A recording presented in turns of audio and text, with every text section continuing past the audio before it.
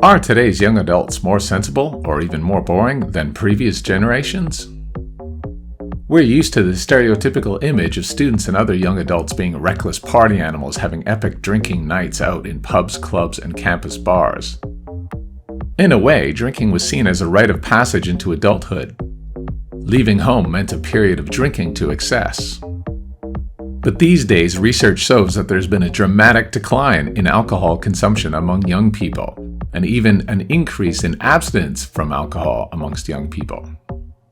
For example, in the UK, figures suggest that in 1998, 65% of people aged between 16 and 24 years old had been drunk in the last week, and that figure had gone down to 41% by 2019. Similarly, there's been a rise in the proportion of young adults who are non-drinkers, with abstinence among men, for example, going from 18% to 26% in only 8 years.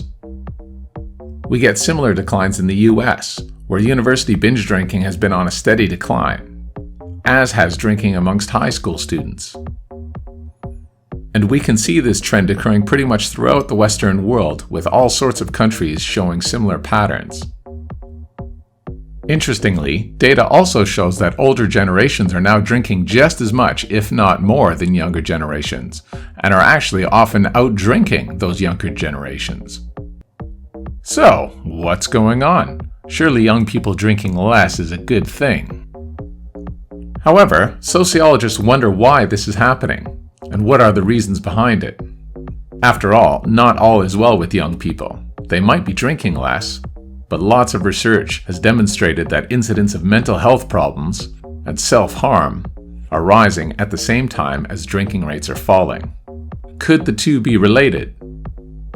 Our own Adam Burgess here at Kent has done some research into this phenomenon. In this research, recently published in the British Journal of Sociology, he explored the decline in drinking and the rise of mental health issues as a symptom of the rise of individualization, which has both positive and negative effects on the lives of young people today. Individualization is the idea that, since the 1960s, people in Western cultures have experienced progressively more freedom, choice, and control over their lives, which are now less determined by things such as class, tradition, or religion. And this choice applies to the job market as well. There are many more types of jobs available than there used to be in the past. However, now young people live in a much more uncertain existence where the job market is filled with temporary, precarious, and gig economy work, and where employee performance is continually monitored and judged in a way it never was before. The idea of a job for life is gone and has been replaced by a job until further notice, or several jobs at once. Many jobs occupying Generation Z didn't even exist when their parents were born, and may disappear just as quickly. On the one hand, such a dynamic job market can be very exciting and full of opportunity, but at the same time can result in the disaster of a lifetime of low pay and insecure employment. Life options have also increased. Fewer people are now getting married and having families in their 20s. Even the notion of family has become much more complicated amidst the growing number of lifestyle and relationship options available. While young people have the freedom to live their own lives differently from their parents, this also means that there's an increasing amount of people who feel alone or isolated in society.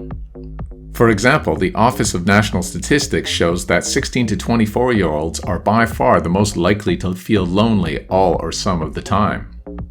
So while increased life options are great on the one hand, freedom and autonomy comes at a price, and for sociologists Beck and Beck-Gersheim, that price is more responsibility.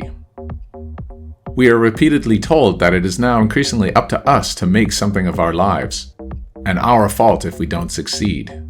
That creates pressure, stress, and anxiety.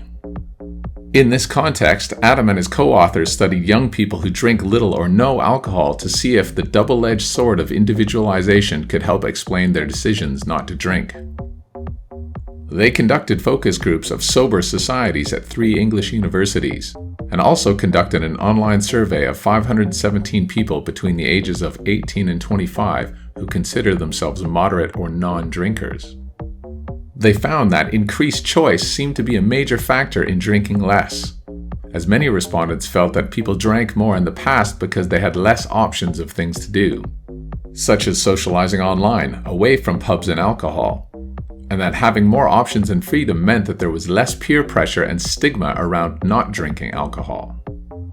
However, while they felt less social pressure to drink, these young people felt more pressure to succeed and to use their time productively. Some even suggested that sitting around drinking and socializing was a waste of time. So while we can look at the decline of drinking amongst young people as a positive trend, from a wider perspective, it's perhaps not all smiles and sunshine. On the one hand, less young people drinking is perhaps an expression of the freedom not to drink, less peer pressure, and more options for how one can spend one's time. But it could also be a reflection of an increasingly individualized society that is isolating young adults and putting them under increasing pressure to perform in a world that leaves little room for mistakes. Want to know more? Check out Adam's research here. Have an opinion on this research or any of its findings? Feel free to leave a comment below.